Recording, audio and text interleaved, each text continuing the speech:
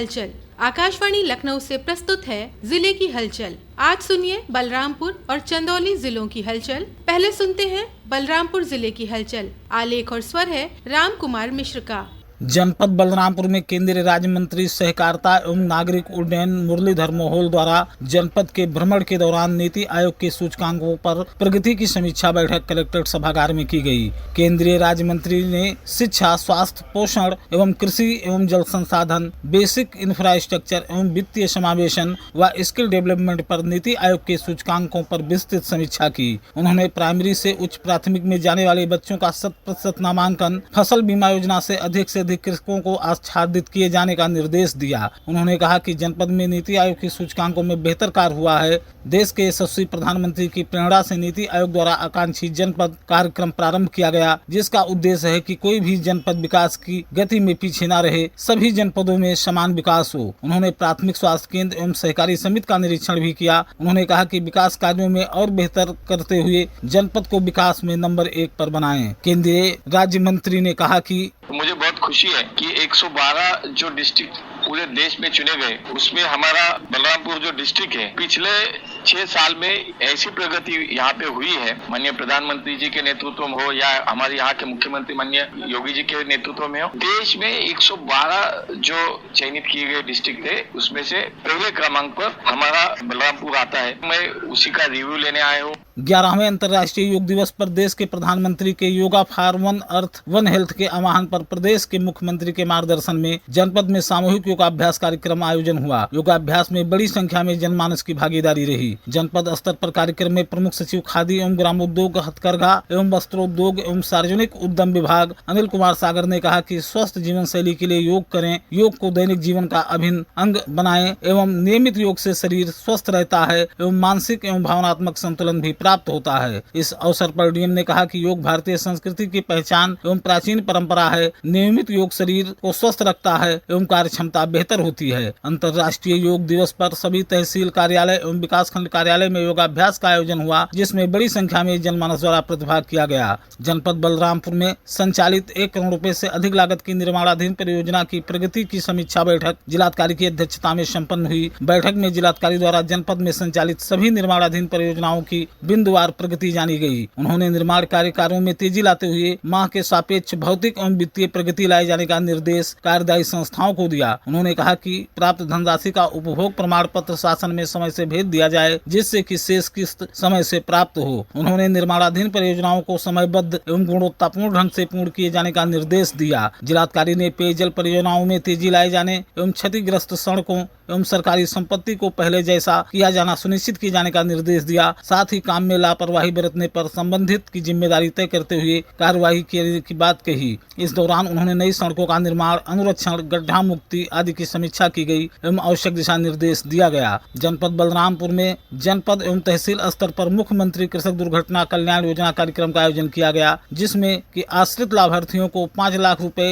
सहायता राशि का वितरण किया गया। इसके तहत जनपद में 223 आश्रित परिवार लाभार्थियों को 11 करोड़ 15 लाख रुपए की सहायता राशि का वितरण किया गया। जनपद स्तर पर कलेक्ट्रेट सभागार में आयोजित कार्यक्रम में मुख्यमंत्री कृषक दुर्घटना कल्याण योजना के लाभार्थियों ने मुख्यमंत्री का वर्चुअल संबोधन सुना। इस दौरान जिला पंचायत अध्यक्ष आरती तिवारी, जिलाधिकारी पवन अग्रवाल, भाजपा जिला अध्यक्ष रवि मिश्रा, नगर पालिका अध्यक्ष बलरामपुर धीरेन्द्र प्रताप सिंह धीरू मौजूद रहे। जिलाधिकारी पवन अग्रवाल ने जिले में आगामी मानसून व बाढ़ को दृष्टि रखते हुए खंडवार अवर अभियंताओं की ड्यूटी 3 पालियों में प्रातः 6 बजे से 2 बजे तक प्रथम पाली, अपराह्न 2 बजे से 10 बजे तक द्वितीय पाली एवं रात्रि 10 बजे से प्रातः 6 बजे तक तृतीय पाली तक जिला आपदा प्रबंधन केंद्र बलरामपुर ईओसी कलेक्ट्रेट में स्थापित जिला बाढ़ एवं नियंत्रण कक्ष में अग्रिम आदेश तक लगाई गई है। उन्होंने सभी संबंधित को निर्देशित किया है कि समय से अपने ड्यूटी पर उपस्थित रहकर बाढ़ नियंत्रण का निष्पादन करेंगे। बाढ़ नियंत्रण कक्ष के प्रभारी अपर उप जिलाधिकारी बनाए गए हैं। आगामी त्योहार श्रावण मास एवं मुहर्रम को सकुशल एवं शांतिपूर्ण ढंग से संपन्न कराए जाने हेतु सेंट्रल फीस कमेटी की बैठक डीएम एवं पुलिस अधीक्षक विकास कुमार की अध्यक्षता में संपन्न हुई। बैठक में डीएम ने सर्किल सर्किलवार एवं थानावार तैयारियों की समीक्षा की। सभी एसडीएम, सीओ एवं एसएचओ ने बताया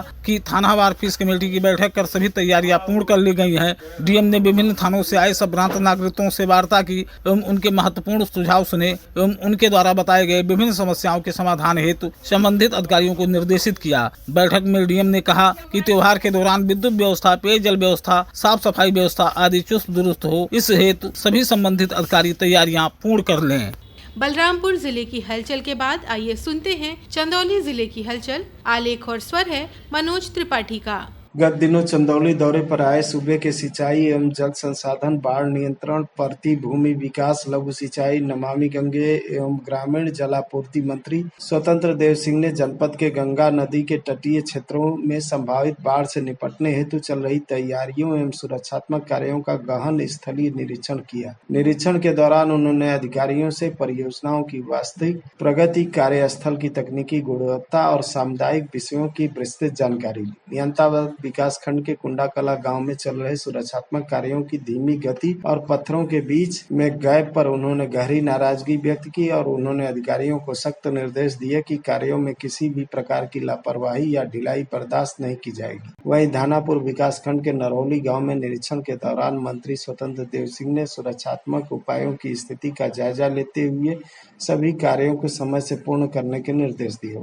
निरीक्षण के दौरान सूबे के मंत्री ने कहा कि संभावित बाढ़ से निपटने के लिए सभी संबंधित विभाग समन्वय के साथ कार्य करें। उन्होंने निर्देश दिए कि राहत सामग्री, नाव, सर्चलाइट, मेडिकल किट और सुरक्षित आश्रय स्थलों की पूर्व व्यवस्था अभी से सुनिश्चित कर लें। बाढ़ से पहले गाँव में जनसंवाद व पूर्वाभ्यास कराए जाए ताकि जनता को समय रहते सतर्क किया जा सके। चंदौली में 11वां अंतर्राष्ट्रीय योग दिवस एक पृथ्वी एक स्वास्थ्य की थीम पर उल्लास के साथ मनाया गया। गांव से लेकर कस्बे व नगरीय क्षेत्रों में भी लोगों ने अपने घरों, सरोवरों व खुले मैदान में योगा विशेषज्ञ के निर्देशन में योगासन किया। आयुष विभाग के सौजन्य से जिला स्तरीय योग शिविर का आयोजन चंदौली के महेंद्र टेक्निकल इंटर कॉलेज मैदान में किया गया। योग शिविर में सूबे के राज्य मंत्री समाज कल्याण, अनुसूचित जाति एवं जनजाति समाज कल्याण विभाग व जनपद के प्रभारी मंत्री संजीव गोंड व राज्यसभा सांसद साधना सिंह के नेतृत्व में सैकड़ों लोगों ने योगाभ्यास किया। तो वहीं जनपद के पड़ाव स्थित पंडित दीनदयाल उपाध्याय स्मृति उपवन में राज्यसभा सांसद व भाजपा महिला मोर्चा की राष्ट्रीय उपाध्यक्ष दर्शना सिंह के नेतृत्व में कुशल योग प्रशिक्षक के निर्देशन में सैकड़ों लोगों ने योगाभ्यास किया और योग को अपने जीवन में अपनाने का संकल्प लिया। अपने संबोधन में राज्यसभा सांसद साधना सिंह ने 21 जून को अंतर्राष्ट्रीय योग दिवस घोषित किए जाने पर प्रसन्नता जाहिर करते हुए इसे पुनीत दिवस बताया। उन्होंने कहा कि आज पूरा विश्व योग की ओर आकर्षित हो रहा है और इसका श्रेय प्रधानमंत्री नरेंद्र मोदी को जाता है। तो वहीं राज्यसभा सांसद भाजपा महिला मोर्चा की राष्ट्रीय उपाध्यक्ष दर्शना सिंह ने लोगों को संबोधित करते हुए कहा कि योग करें और निरोग रहें। उन्होंने कहा कि पंडित दीनदयाल उपवन में सभी ने योग दिवस मनाने का काम किया है। माननीय प्रधानमंत्री जी की प्रेरणा से 21 जून जो योग दिवस के रूप में स्थापित हुआ है, न सिर्फ भारत में बल्कि अंतर्राष्ट्रीय स्तर पे आप सभी योग करें और निरोग रहें।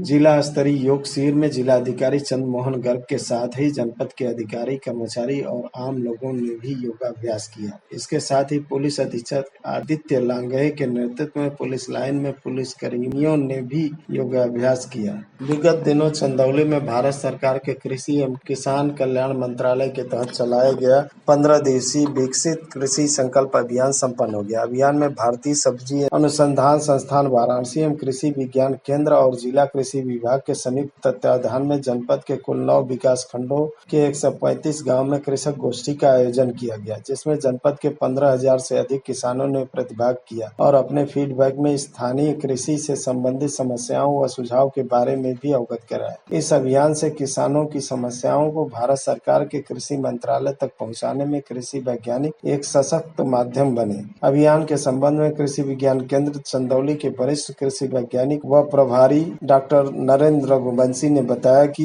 जो विज्ञान की जो तकनीकियां हैं वैज्ञानिक खेती है, साथ ही सरकार की जितनी योजनाएं हैं, चाहे वो कृषि विभाग की हो, पशुपालन विभाग की हो, मत्स्य पालन, उद्यान, सारी जितनी योजनाएं चल रही है वो धरातल पे किसानों तक पहुंच रही है या उनकी जानकारी किसानों को है कि नहीं। सभी की चर्चा किसानों से सीधे संवाद किया जा रहा है और उनकी समस्याओं को सुना जा रहा है और जो भी समस्याएं तुरंत यदि निदान करने लायक है हम लोग इस गोष्ठी के माध्यम से कर रहे हैं।